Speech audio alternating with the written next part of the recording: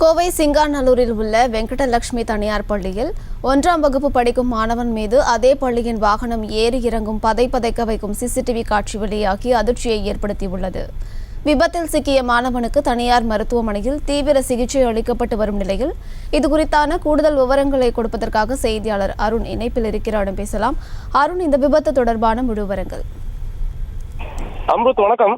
கோவை திருச்சி சாலை சிங்காநல்லூர் அருகே இருக்கக்கூடிய வெங்கடலட்சுமி பள்ளியில சுமார் ஒரு 800க்கும் மேற்பட்ட மாணவ மாணவியர் பயின்று வருகின்றனர். அந்த பள்ளியிலிருந்து தனியார் வாகனம் மூலமாக குழந்தைகளை வீட்டிற்கு அனுப்புவதும் வீட்டிலிருந்து பள்ளிக்கு அழைத்து வருவதும் வழக்கமாக இருந்து வரக்கூடிய நிலையில நேற்று முன்தினம் அந்த பள்ளியில் 1ஆம் வகுப்பு படிக்கக்கூடிய சிறுவன் மற்றும் 8ஆம் வகுப்பு படிக்கக்கூடிய ஒரு சிறுவன் ஒரே வீட்டிலிருந்து, அதாவது இருகூர் பகுதியில் இருக்கக்கூடிய சண்முகம் என்பவரது மகன்கள், அவர்களை அந்த தனியார் வேனில் மூலமாக அவர்கள் வீட்டிற்கு சென்று கொண்டிருக்கிறார்கள். இவர்கள் இருவரும் அந்த வேனில் சென்று அவர்கள் வீட்டின் அருகே இறங்கும் பொழுது பெரிய மாணவன், அதாவது 7ஆம் வகுப்பு மாணவன் வாகனத்திலிருந்து இறங்கிய பிறகு அந்த வாகனத்தை ஓட்டுநர் கவனிக்காமல் இயக்கி இருக்கிறார். அப்போது 1ஆம் வகுப்பு படிக்கும் மாணவன் வேனில் இருந்து இறங்க முற்படும் நிலையில அந்த வாகனம் திடீரென இயக்கப்பட்டிருக்கிறது. இந்த சூழல்ல தான் 1ஆம் வகுப்பு மாணவன் தவறுதலாக கீழே விழுந்ததில் அந்த வேனின் இரு பின் சக்கரம் அந்த மாணவனுடைய வயிற்றில் ஏறி இறங்குகிறது.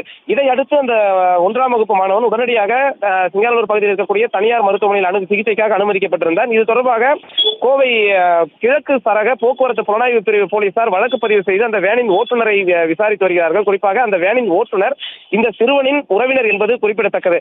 இந்த சூழலில் தான் தற்போது இது குறித்த ஒரு சிசிடிவி காட்சியானது வெளியாகி இருக்கிறது. இந்த சிசிடிவி காட்சியில் அந்த சிறுவன் வேனில் இருந்து இறங்க முற்படுவதும் அதனை கவனிக்காமல் வேன் ஓட்டுநர் அவசரமாக அந்த வாகனத்தை இயக்குவதுமாக காட்சியானது இடம்பெற்றிருக்கிறது.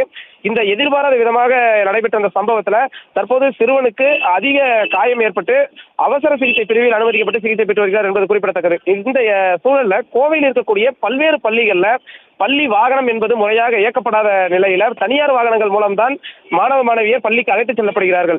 எனவே இது போன்ற மீண்டும் ஒரு சம்பவம் நிகழாமல் தடுக்கும் வகையில போக்குவரத்து போலீசார் மற்றும் பள்ளி நிர்வாகங்கள் உரிய நடவடிக்கை மேற்கொள்ள வேண்டும் என்ற ஒரு கோரிக்கை எழுந்திருக்கிறது. அம்ருத், விவரங்களை வழங்கியமைக்கு நன்றி அருண்.